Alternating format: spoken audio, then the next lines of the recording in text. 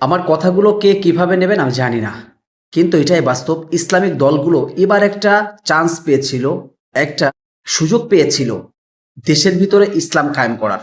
আকীদা যেমনই হোক না কেন, রাজনীতির দিক থেকে, ইসলামের দিক থেকে সবাই যদি একত্রিত হয়ে, সংঘবদ্ধ হয়ে যদি তারা কাজ করত, তাহলে আজকে হয়তোবা তারা সাকসেস হতে পারত। কিন্তু তারা নিজেদের স্বার্থে নিজেরাই পৃথক হলো, নিজেদের স্বার্থে নিজেদের দলের ভিতরে বিভক্ত করলো এবং অন্য দলকে এই সুযোগটা দিয়ে দিল।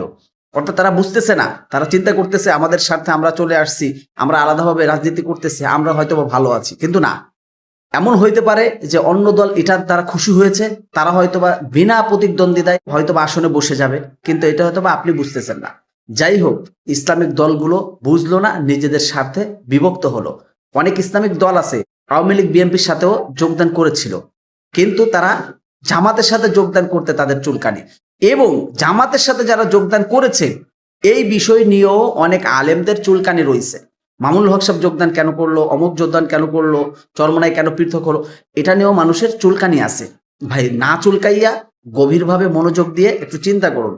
আমাদের আকীদা যেমনই হোক না কেন, দলমত নির্বিশেষে যদি রাজনীতি, যদি ইসলামিক দলগুলো যদি ক্ষমতায় আসতে পারে, দেশের ভিতর যদি ইসলাম প্রতিষ্ঠা হয়, তাহলে সবারই লাভ। আপনার লাভ, আমার লাভ, দুনিয়ার সবার লাভ। কিন্তু সর্বোপরি একটা কথাই বলি যে আল্লাহ পাক রব্বুল আলামিন আমাদের মুসলিম কান্ট্রির ভিতরে ইসলামিক রাজত্ব কায়েম করার তৌফিক দিক, এবং যার দ্বারা ইসলামের ক্ষতি হবে না, ইসলামের উপকার হবে এবং জনগণের উপকার হবে, আল্লাহ পাক রব্বুল আলামিন আগামী নির্বাচনে তারই নির্বাচিত করুক। ভিডিওটি কেমন লেগেছে অবশ্যই কমেন্ট করবেন। ভিডিওটি ভালো লাগলে অবশ্যই লাইক এবং শেয়ার করে দিবেন।